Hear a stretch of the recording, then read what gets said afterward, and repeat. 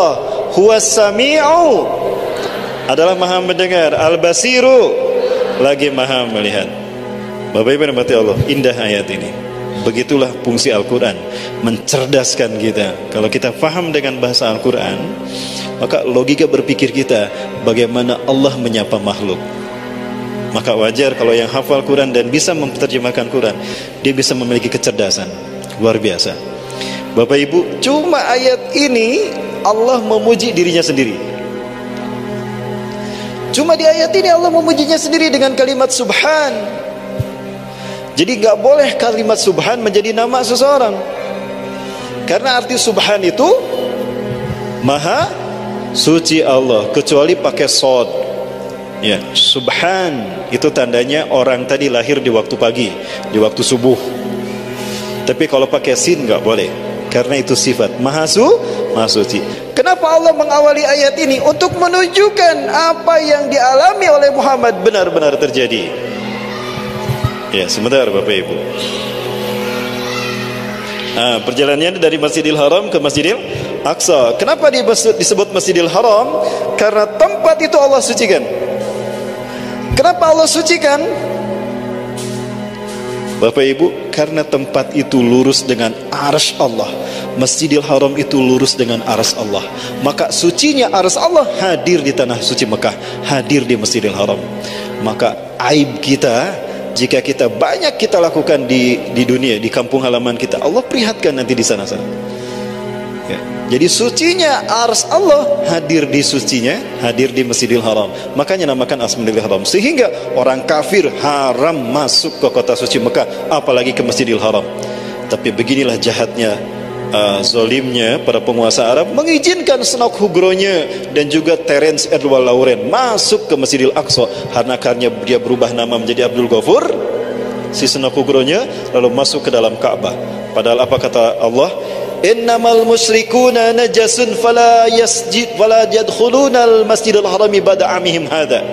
Sesungguhnya orang-orang musyrik itu najis, enggak boleh mereka masuk ke Masjidil Haram ini setelah Fathul Mekah. Sekarang Bapak Ibu tahukah kita, mereka yang sekolah di Santa Angela, Santa Aloysius, santanya yang lain itu liburannya kemana?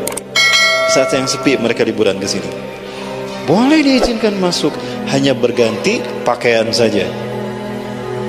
Hati-hati Bu, ini kezaliman yang tidak boleh dibiarkan. Dan sekarang keluar dari Masjidil Haram ada Starbucks, ada McD, ada Kentucky, ada bank ribawi. Gimana ini? Nanti kalau saya sudah bertemu Imam Mahdi, saya hancurkan itu semua. Amin. Amin ya.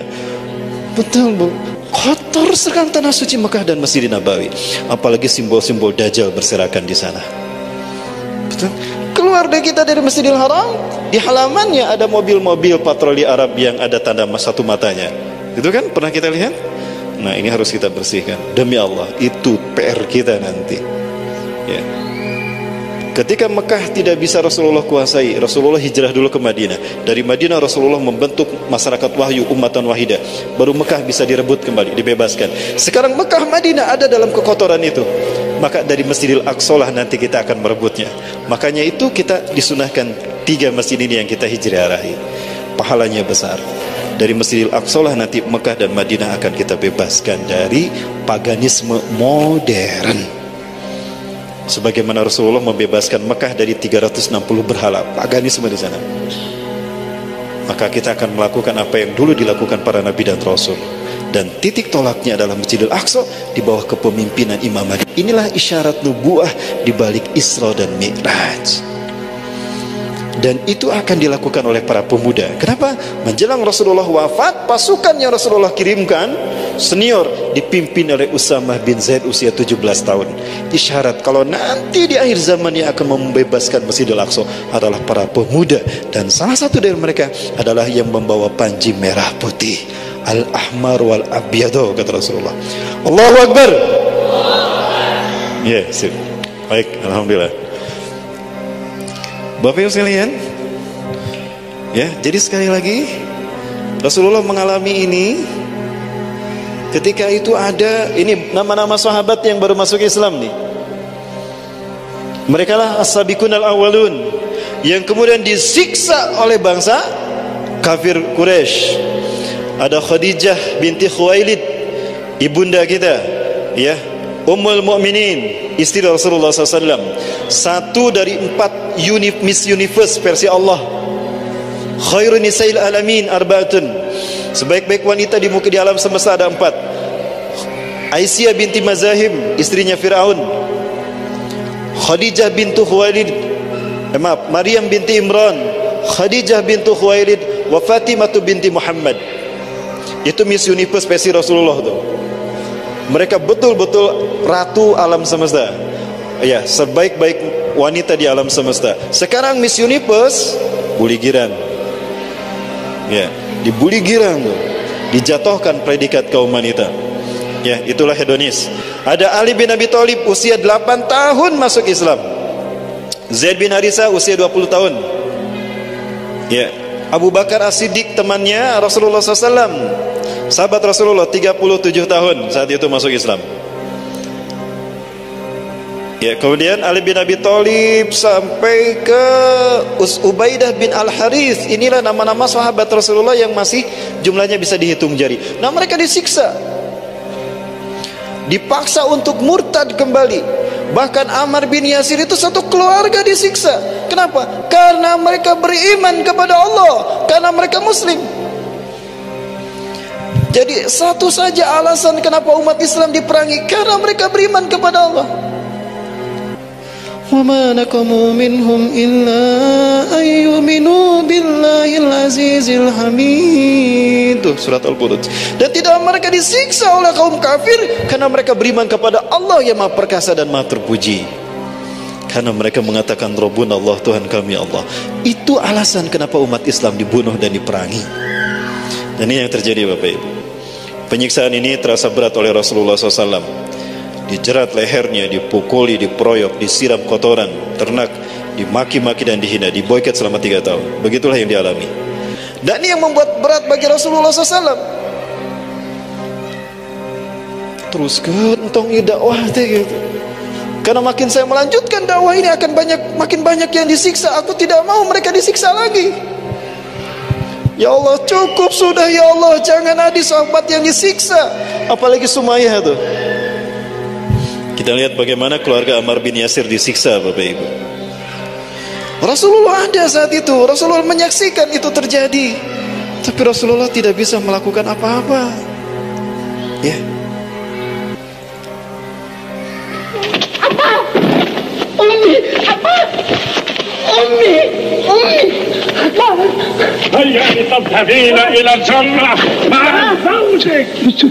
Ini Yasir ayahnya, ayahnya Ammar.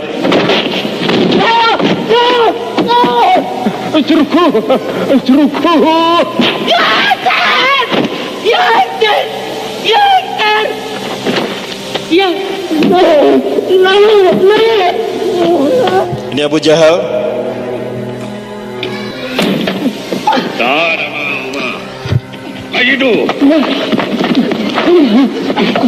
Perhatikan, di tengah-tengah mereka ada juga Abu Janda.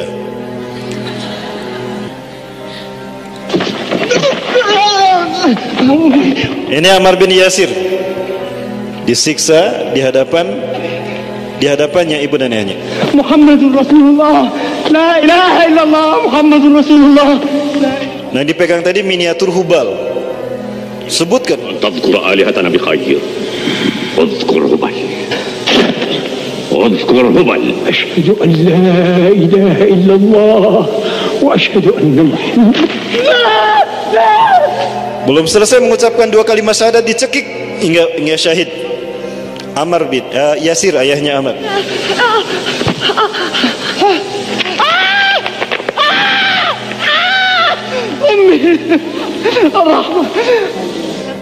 Nah, itu tadi Sumayyah, wanita pertama yang syahid di dakwah pertama Rasulullah SAW.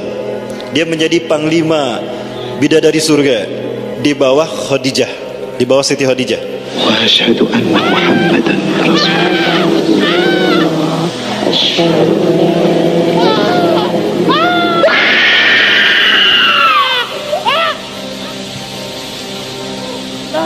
Bagaimana tidak? Hubal. Wah, Ammar bin Yasir murtad. Bagaimana tidak stres mereka? Mereka menunggu giliran untuk disiksa sampai mati. Sekali lagi, ini resiko menganut Islam saat itu. Dan beginilah yang dirasakan oleh saudara-saudara kita di Rohingya hari ini. Kalau mereka Islam diperlakukan seperti ini. Sekarang di kita tadi perangan, tadi intimidasi, dilucuti Islam sedikit demi sedikit. Mana kemuliaan kita Bapak Ibu kalau kita meninggalkan Islam, meninggalkan kewajiban untuk istiqomah dengan Islam. Insya Allah ibu-ibu di sini tidak ya Bu ya. Siap memegang teguh Islam Bu? Siap istiqomah? Walau dikasih amplop, tidak akan pindah ke tetangga sebelah?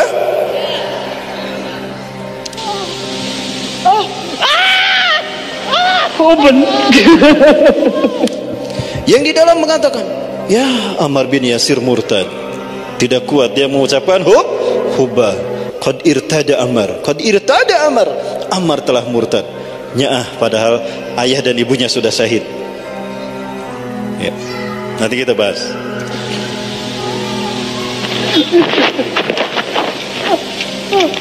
اذكري هبل العظيم اذكري هبل اذكري هبل واذكري دين محمد هبل لا إله إلا الله محمد رسول الله شقية شقية شقية شقية.